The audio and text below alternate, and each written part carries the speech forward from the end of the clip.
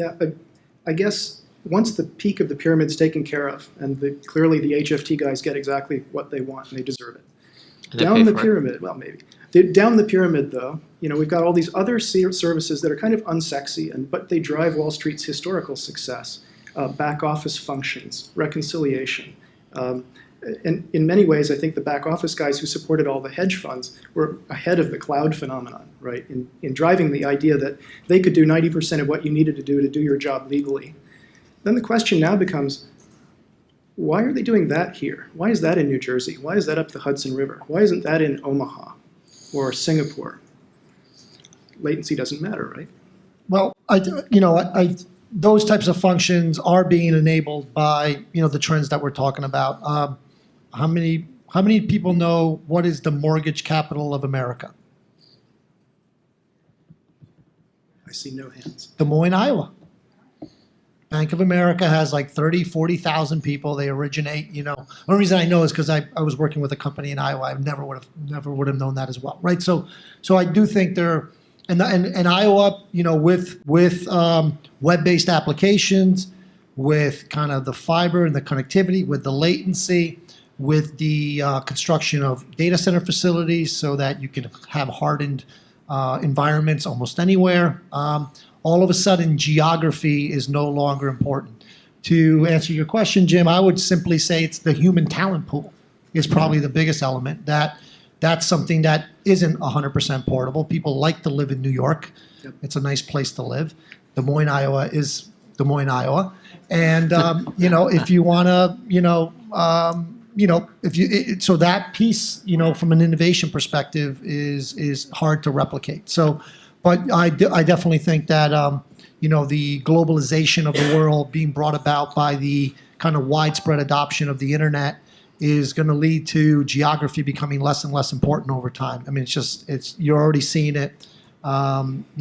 Remote working is kind of, is a standard now. It wasn't a standard, 7, 8 years ago. The younger generation is very comfortable in that way, and they're the ones that will inherit the earth.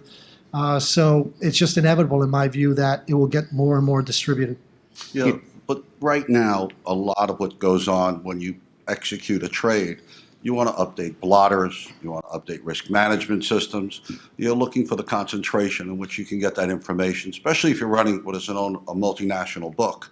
You have operations that are going around the world, and you need consolidation somewhere. If you're in Des Moines, Iowa, and I know other financial institutions are in Texas and other they're the smaller guys. The larger firms, and I do a lot of business in Canada, they're all in Toronto. They're all within a 4-block radius. They all share system space. They're all at 151 Front Street. Mm-hmm. These guys need one thing, mitigate risk. If you notice the whole crisis we went through, Canada didn't even have a hiccup. They ran their books very well, and they managed risk on a day basis. Here in New York, we don't care about risk. We care about reward. We look at the compensations that come out, and we look at the money that is being driven.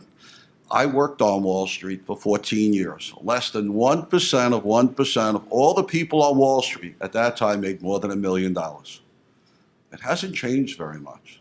It's just an upper crow that is making the big bucks. And they want, if you even notice even some of the hedge funds, their research side will be in Connecticut, and their trading side will be in New York. They don't even want them talking to each other. We run a very funny community. You can disperse it with technology. Bandwidth will continue to grow. But people still like screwing other people on Wall Street, and that'll change. And the world is learning from that, right? Exactly. By the way, one thing you should keep in mind, New York City went from 1st to 6th over the last crisis as the financial center of the world. Mm-hmm. The first time in the history of the United States, we are now 6th. And what was our demise? Technology. It was the thing that overlooked. There was no supervision. This bubble crisis, we will not regain first, they say, for another 40 years. Think about that for a second. Because there's no trust. I do business in a lot of countries. Everyone hates us equally. They all think we're ready for another crisis. It's just a matter of time. And that trust. How many people trust anyone on Wall Street? I mean, let's be candid. There's that barrier. We hate our politicians, but we think Wall Street's even worse to some degree. No one got prosecuted for the last scandal. Not a single person. The only guy who volunteered to get prosecuted was Madoff. And we all know that history. Well, I guess I'll just add I was going to make the announcement that Nextcom's opening its Des Moines office, but we're going to stop taking applications. It's interesting.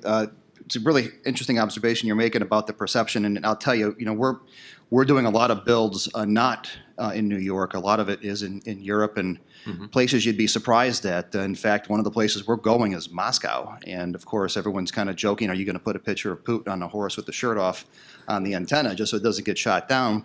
We're obviously not going the whole way, but these are centers that are getting a lot of. It's interesting.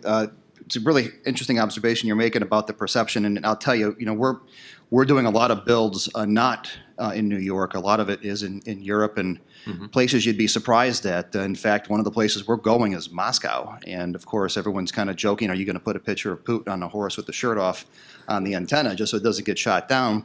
We're obviously not going the whole way, but these are centers that are getting a lot of pull for the HFT play. And who would have thought Moscow over New York? But to the focus of the original question, I would say that, again, I see that there's fewer people because the applications of what's being done is shifting. It's because the fabric of what needs to be done is shifting. And of course, where it's happening has shifted. That's all being driven by technology. And I think that the more that you look at those segregations and, the non-sexy stuff, in fact, it's kind of interesting that you asked the question.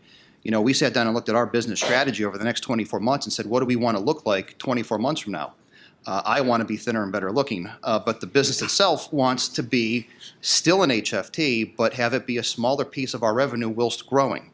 So we're looking at the non-sexy applications only because there's a lot more of them. You get to the base of the pyramid, there is a perpetual need of fabric. And that fabric, by the way, doesn't get thinner as time goes on. The software that drives it, the number of transactions, all become less efficient. And it really does drive that technology exists. And again, from my earlier comment, a lot of what we're delivering to market to support that has been derivative of what we've done to drive the HFT play. Yeah, to that point, and I've had the benefit over the last couple of years to do some business internationally. And what's amazing is, obviously the world is, in general, external to the U.S. is growing a lot faster than the U.S., right? Couple that with kind of the NSA and the Eric Snowden situations. And, the U.S., if you think about it, was always a nexus between, for example, Europe and South America, right? The cables go from London or from the UK or France to the US, and then from the US down to South America. Well, that dynamic is being changed, right? And that dynamic helped from a trading perspective because it made kind of the flows, to Steve's point, in terms of keeping track of things, go through New York. But, as an example, and Eric and I were just talking about this, in Africa, they're building cables to go from Africa to South America directly. Today, all that traffic goes through the Suez Canal, through the Mediterranean into Europe, and then across the North Atlantic cables. But there's already 3 or 4 cables on the drawing board to replace that. And part of that is driven by, improvement in the economies of the South so that they have trade between each other. But then the other part of it is being driven is they want to get the hell away from the U.S. and Wall Street. And diversify away from, the NSA cutting into cables and looking at all the packets. So there's a bunch of challenges that are happening as a function, not just the technology's allowing for companies to, or for governments to make other choices than to have to go through the U.S. for internet and for kind of ultimately applications.